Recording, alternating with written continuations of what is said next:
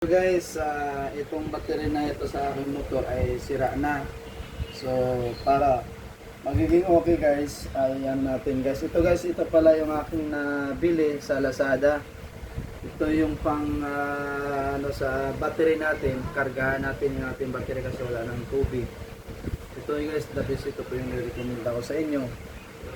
Para sa ating battery, yung tubig ng ating battery guys.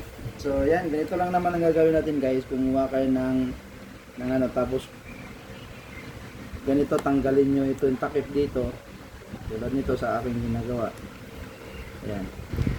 Ayan. So yan guys, ito yung takip. So ang gagawin natin guys, ito, pakita natin ito. Ito meron siyang takip. Yan, tanggalin natin yung mga takip na yan. Yan, para gumana ulit yan guys. Oh. Yan, ito yung takip. Yan, para hindi matapon ang kanyang acid o kaya yung water niya, yung tubig. At naglag. Natin. So, ingat kayo rin dito guys na magano kasi nga nakakalason itong tubig na ito. Ilayo ninyo yan sa mga bata, yung mga anak. So, ayan. Yan guys ay nakakatulong. Halimbawa, sira na ang ating yung ating mga ang ating battery, lalo na yung battery guys sa ano sa ating mga sasakyan. So ayan, bago pa. Bubuksan natin.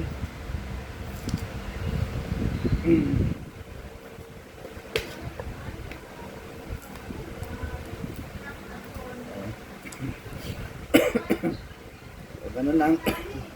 Meron siyang ganito, ikanon mo lang siya. Yan, konti-unti lang. Yan, ito.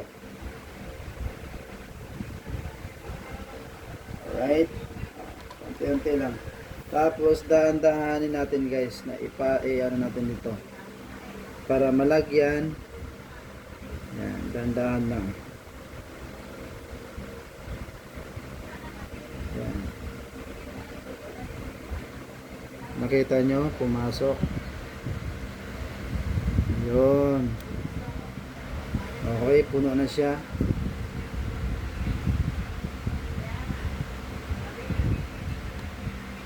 Isa naman.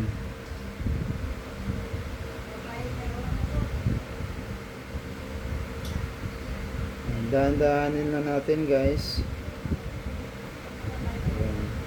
Ito ay, ang tubig na ito nagre-repair din. Yan, nire-repair niya yung mukhang kulang pa. Mukhang marami ang